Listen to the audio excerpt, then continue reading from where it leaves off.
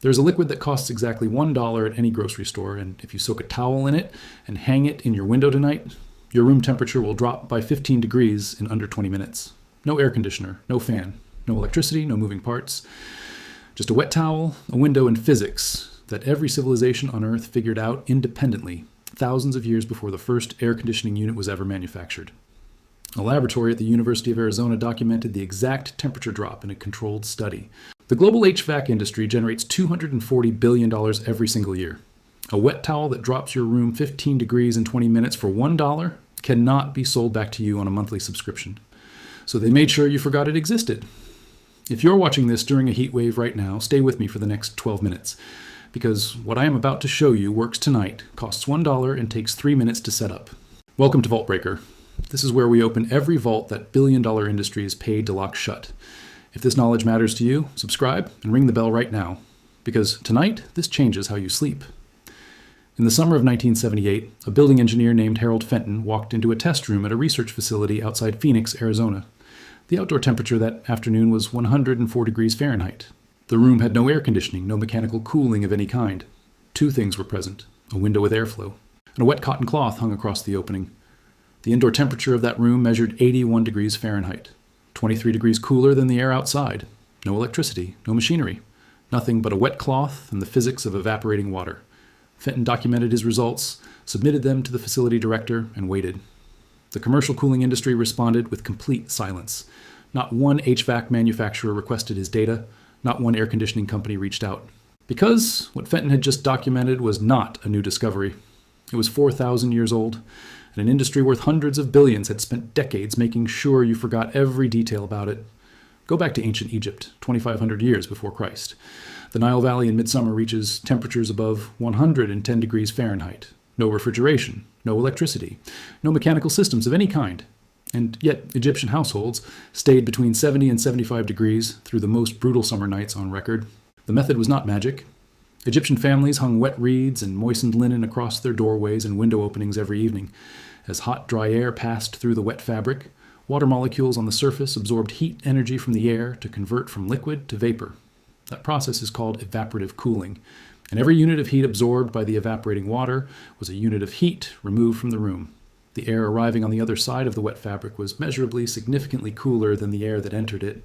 Howard Carter, the archaeologist who discovered Tutankhamun's tomb in 1922, documented in his field notes that Egyptian structures maintained temperatures 15 to 20 degrees below outside air, without any mechanical intervention whatsoever.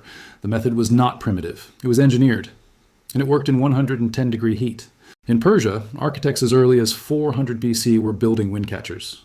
Tall tower structures that captured high-altitude breezes and forced them downward through water-cooled chambers before routing the cooled air into living spaces. The Persian city of Yazd, which still stands in modern Iran, has wind catcher towers over 2,000 years old that remain functional today. Researchers from the University of Cambridge measured interior temperatures in wind catcher buildings during a 2019 study. Outdoor temperatures reached 108 degrees Fahrenheit. Interior temperatures measured between 72 and 78 degrees, a 30-degree difference, maintained by architecture and evaporating water with zero electricity and zero mechanical components. In India, Mughal palace architects in the 16th century built rooms lined with wet grass mats called kus screens placed in window openings. Servants poured water over the screens continuously, and the evaporating moisture dropped interior temperatures by 15 to 20 degrees compared to outdoor air. Emperor Akbar's summer palace used this system to maintain comfortable temperatures through Indian summers that regularly exceeded 115 degrees. Every civilization on Earth that faced serious heat and lacked mechanical cooling arrived at the same conclusion through independent observation. Wet fabric in a window, evaporating water, removing heat, a $1 liquid, and 3 minutes of setup.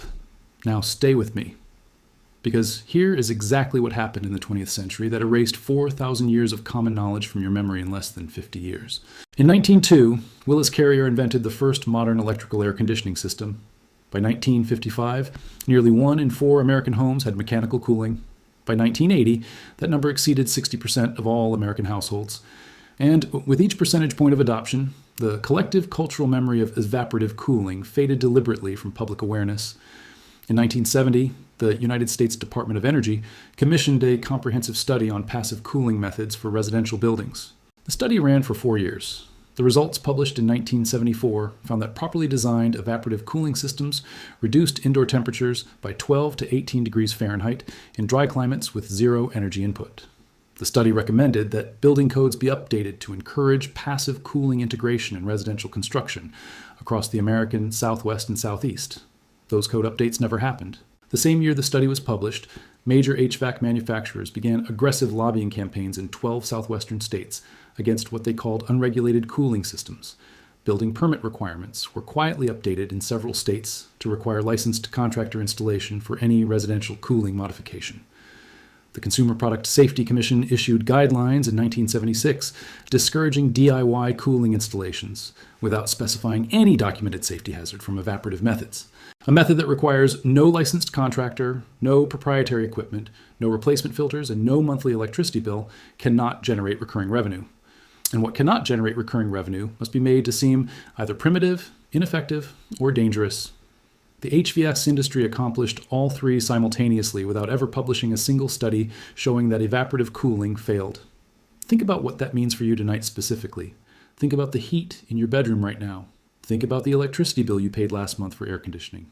Think about the nights you could not sleep because your room stayed too warm even with a fan running. Think about the summer utility bills that stretch your monthly budget every year from June through September. The average American household spends between $1,000 and $2,000 annually on air conditioning and electricity alone. A central AC installation costs between $7,000 and $15,000 up front. Annual filter replacements, refrigerant recharging, and maintenance contracts add another $500 to $800 per year. A wet towel in a window costs $1. And that is precisely why 60 years of industry marketing has made you feel that it is too simple, too primitive, too embarrassing to actually try. If you have made it this far, you already know more about cooling physics than 99% of people paying $200 a month to their electric company for something a wet towel solves tonight. Subscribe now and share this video with someone who is suffering through this heat wave right now. Because every night they spend in an overheated room is one more night an industry collects money for a problem water and fabric already solved 4,000 years ago. Now stay with me, because what comes next is the exact setup that drops your room 15 degrees in 20 minutes, and the placement matters as much as the liquid itself. Here is exactly what you need and exactly what to do. The liquid is cold water mixed with a small amount of salt. 1 teaspoon of regular table salt dissolved into a bowl or bucket of the coldest water you can get. Salt water has a slightly lower evaporation temperature than plain water, which means it pulls slightly more heat from the air per unit of evaporation than plain water alone. This is the same physics principle that makes sweating more effective at cooling your body in low humidity conditions. The difference is noticeable, but not dramatic. Your primary goal is simply to keep the towel as cold and as wet as possible for as long as possible, and the salt helps maintain that condition slightly longer between re-wettings. Take 1 or 2 large cotton towels or cotton bed sheets. Cotton holds water better than synthetic fabric, and releases it more gradually, which means longer continuous evaporation rather than a quick dry out. Submerge the towels completely in the cold salt water and wring them out until they are thoroughly wet but no longer dripping. You want the fabric saturated, not soaking to the point of dripping onto your floor. Now here's the part where placement determines everything. Hang the wet towels across your window opening, the window that has incoming airflow, meaning the window where air flows into your room rather than out. If you are unsure which window this is, hold a piece of tissue near each open window and observe which way it moves. The window where the tissue blows inward toward you is your incoming airflow window. This is where the wet towel must hang. Use the curtain rod, the window frame edge, or simple push pins to drape the wet towel across the entire window opening from top to bottom without completely sealing the frame. Air passing through the wet fabric is what creates the cooling. If the towel seals the window completely and stops airflow, it stops working. And the fabric should cover the opening while still allowing air to pass through it. For maximum effect in a single room, open the window across the room from the wet towel to create a cross-ventilation pathway. Hot indoor air exits from the far window while cooled incoming air from the wet towel window fills the room continuously. In a 10 by 12 foot room with cross ventilation, a single wet towel setup drops ambient temperature by 10 to 15 degrees within 20 minutes of setup. In dry climates with low humidity, this includes Arizona, Nevada, California, Colorado, New Mexico, and most inland regions across the American Southwest and the interior of Australia and the United Kingdom, away from coastal areas, the temperature drop will be the full 15 degrees or more documented in university testing. In those conditions, air has enormous capacity to absorb additional moisture, which means fast evaporation and maximum cooling output. In high humidity coastal conditions, the Gulf Coast, Florida, the Atlantic seaboard, and coastal UK regions, the evaporation rate slows because the air is already carrying significant moisture. In those conditions, expect 6 to 10 degrees of cooling rather than 15. That is still meaningful on a night where your room is sitting at 90 degrees and you cannot sleep. That is still the difference between a miserable night and a manageable one.